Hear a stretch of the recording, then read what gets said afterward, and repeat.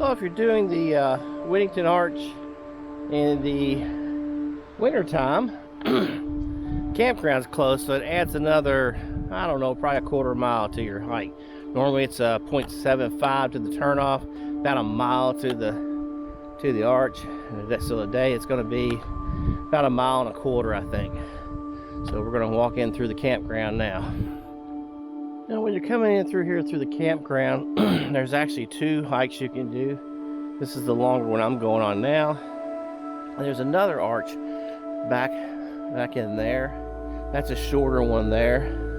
It kind of curls around to it's more or less a hole in the ground, but it's called an arch because it does have a little hole where you can, I guess it's can be claimed an arch, but it has a little ladder to get you down there. But we're going to head up this way now.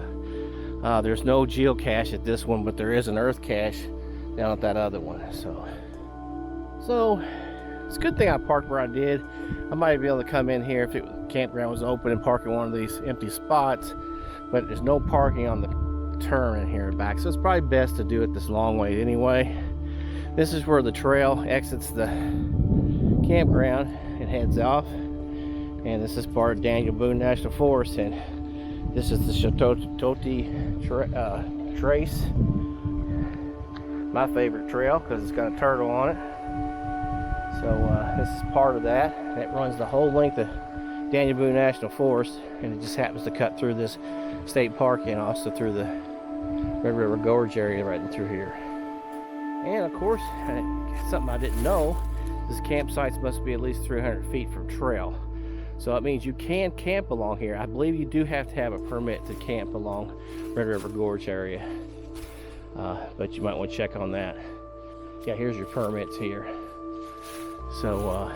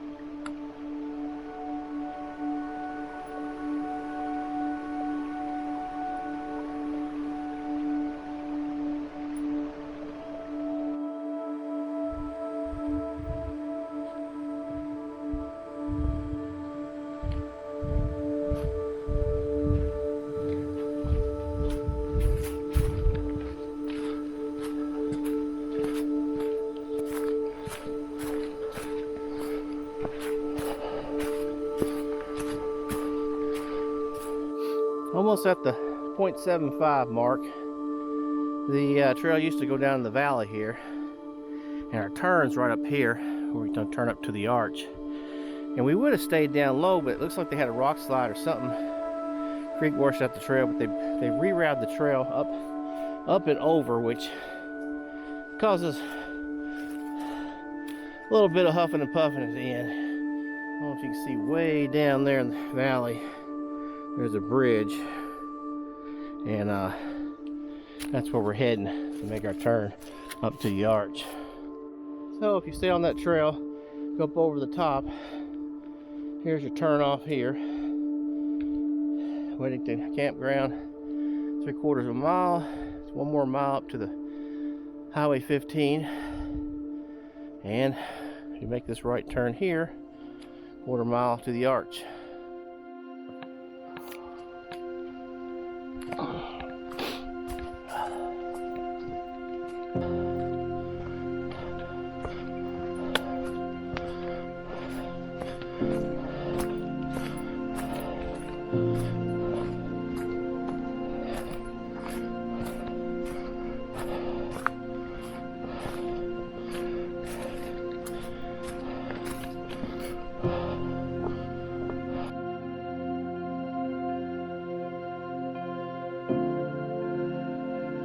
Some beautiful hemlocks in this area. It's kind of been beat pretty bad over the years with the winds coming through this valley, but there's some really nice trees in through here. Now I'm out here on a gray day, but it's still beautiful. This valley be amazing in the summertime. Also be hot too. 60 today, and I don't really want to hike this trail much hotter than it is today. But that's just the way I like to hike. But we're almost to the end of this. It gets a little narrower at the end.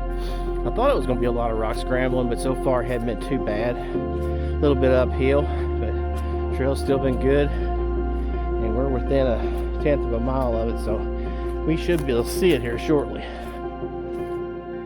think we're just about there. Not really sure, but we're kind of in a dead end here. So the arch has to be here somewhere. I've never been here before, so this is a first time for me and maybe for a few of you. So we're coming in on it now. Actually, the temperature's dropped probably about 5 or 6 degrees. It's almost like a cave back in here. I think it somewhat is. So, oh yeah, here we go. Here's the arch. So, to be an arch, you have to see sunshine on the other side. To be a bridge, and there it is.